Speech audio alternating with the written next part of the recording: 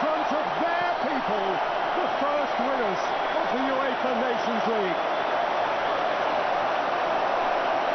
One goal on the hour from Solo Bredes. His is a name etched forever in history. Dutch heads dip. They have reason for pride that their journey took them this far. But it is a Portuguese party. Porto is the city to be in tonight. And that bonded group of men have another medal to hang around their collective neck. I think the win really is an indication of maybe Portugal's footballing future. Less reliance on superstar individuals. The team can win competitions. I think this final's been decided by Portugal's ability to stick together and get the job done. The final score in Porto with the presentation to come. Portugal 1, the Netherlands 0, and the UEFA Nations League is won therefore by Portugal. Won the winners of the 2019 UEFA Nations League. Thank you to both Portugal and the Netherlands for their contribution to this evening's match. There will now be a short break while we prepare the cut ceremony on the pitch.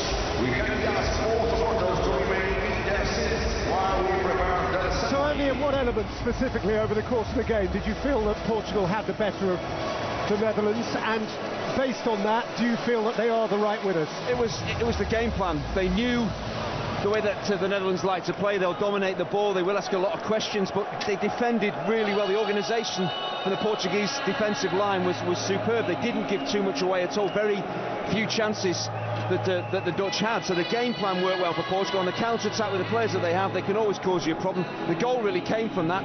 You know, winning the ball back high up the pitch, breaking quickly, 2 passes, the ball's in the back of the Dutch net.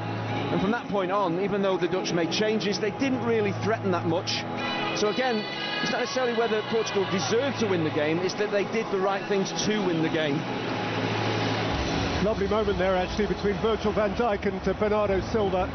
Bernardo Silva's Manchester City have been a thorn in the flesh of Van Dijk's Liverpool throughout the English domestic season, and it was good to see them in sporting embrace after this international conflict.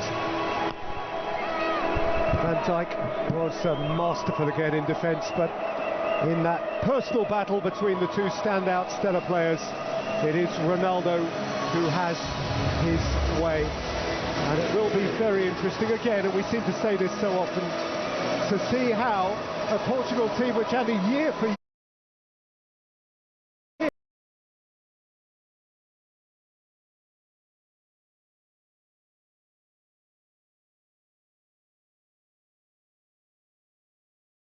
Probably going to move around for at least a couple more years, but it's that winning mentality that Fernando Santos is breeding as well in the young players, which of course are going to be the future when Cristiano Ronaldo retires, Moutinho retires, Pepe retires. It's those young players and they're winning competitions, so they know how to win competitions as well very early in their international careers. So that's what Ronaldo and those experienced players are giving these young Portuguese players as well, that confidence to know you can win competitions.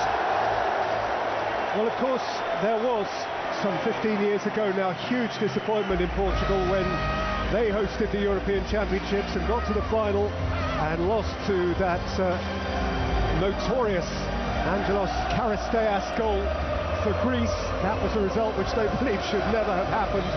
It left this nation in tears, and now, having won on foreign soil 3 years ago, they are the ones on their own soil who see their name the first to be etched on the Nations League trophy, and nobody can ever erase that. A word about the competition in general.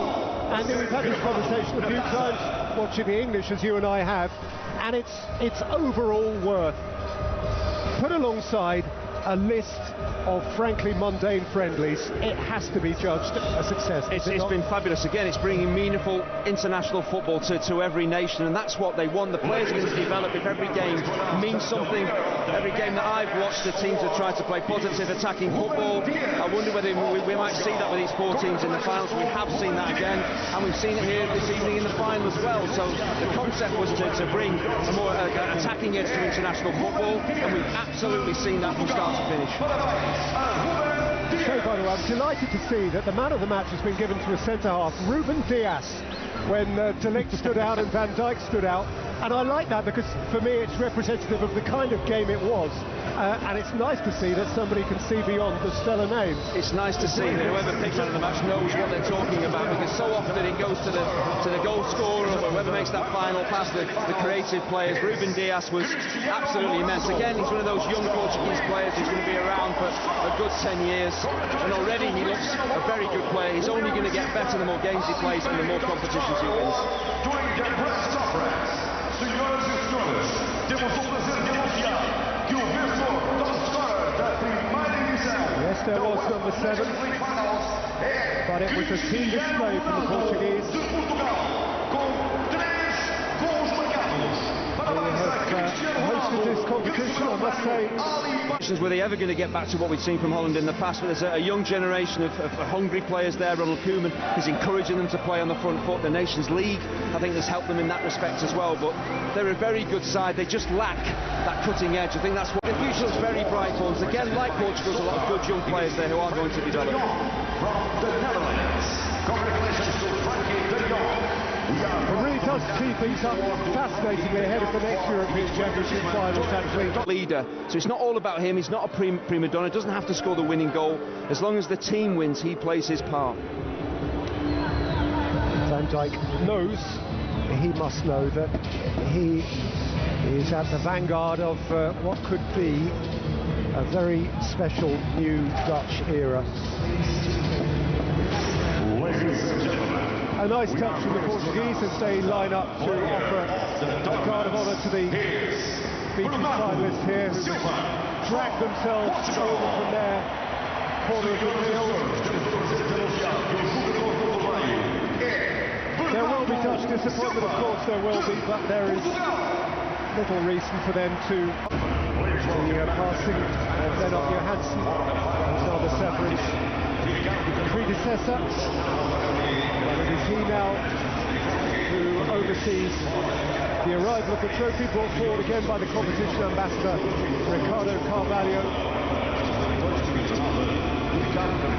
the oldest of the European champions of 2016. And there it is, if you weren't with us at the beginning, 7.5 kilograms in weight, 71 centimetres tall, and having had to be ambassadorial and non-partisan for a while, Ricardo Carvalho thinks he's one of the boys again. And so for the last time, Alberto Union, Mayenko, man who came from Pamplona to develop his career as one of Europe's leading referees. He's had possession of a whistle for 30 years now.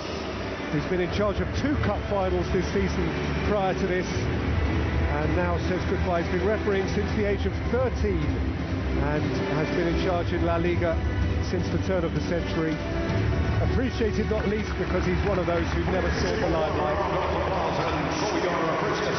And so it is via this Nations League that Europe has learned pretty sharply that the Netherlands are a new, vibrant force. Their darkest hours are evidently behind them, and even in defeat here, it is hard to escape the notion that this is a new Dutch dawn. Ajax, their champion club, shook up Europe this season, and now the national side, with France and Germany and England in their wake, have demanded attention by catching individuals, a bonded team, youth, and a very, very promising future.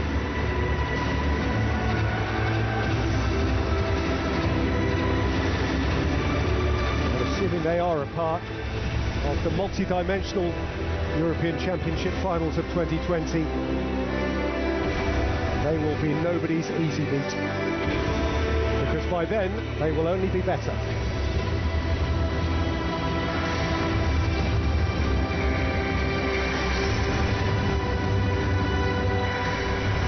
And their supporters always decorate a competition such as this. Dutch support, wonderful again. You certainly can't miss them. But the prize is Portugal's. and this can be habit forming. Developed around the championship winning core of 2 years ago, enhanced by an influx of bright, multi-dimensional ball users, blending pragmatism with some pretty catch-the-eye football.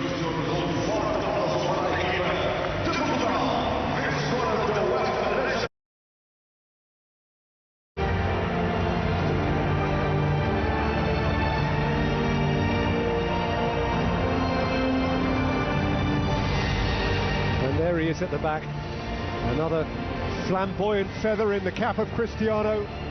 For the most part, animated off-field choreographer when Portugal triumphed in Paris 3 summers ago. But tonight, from start to finish, their driving force. On their turf, in front of their people, led forward by their own irrepressible, irreplaceable phenomenon. Yes, you, CR7. Still the undisputed kings of their continent, the reigning European champions, and now the first ever winners of the UEFA Nations League. Portugal.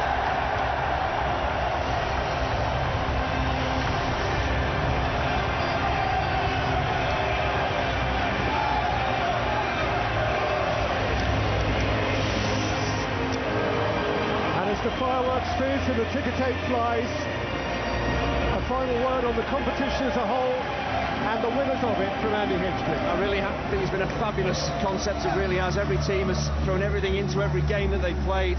The finals have lived up to their billing as well, and for Cristiano Ronaldo, with that trophy lift, his legendary status is assured. We knew what a great player he was individually, but he's been a real team player, and we've seen that over the last couple of games with Portugal. Scored 3 great goals against Switzerland, but certainly played his part in this game. Even though he didn't score, he led the team to victory.